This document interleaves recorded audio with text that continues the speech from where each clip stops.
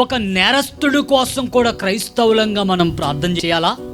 ఓ మతోన్మాది, మత ఉన్మాదంతో చెలరేగిపోతున్నటువంటి వ్యక్తి కోసం కూడా మనం ప్రార్థన చేయాలా?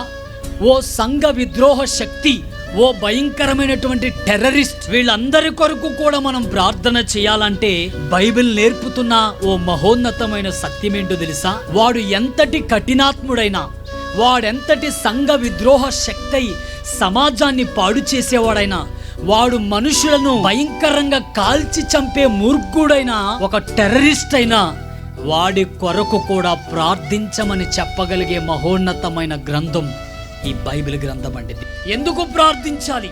వీళ్ళందరూ వాళ్ళ మనోనేత్రాలు వెలిగింపబడాలని, దేవుని ప్రత్యక్షత వాళ్ళు చూడాలని, వాళ్ళ పాపం వాళ్ళకు అర్థం కావాలని, వాళ్ళు చేస్తున్నదేంటో వారు ఎరగాలని, ఏదో ఒక దినాన చావు రాకముందే వారు దేవునితో సమాధాన పడాలని మనందరం ఏం చేయాలి తెలుసా?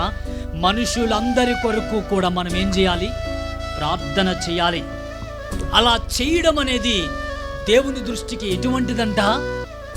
మంచిదియు అనుకూలమైనదని పరిశుద్ధ బైబిల్ గ్రంథం చెప్తూ ఉంది.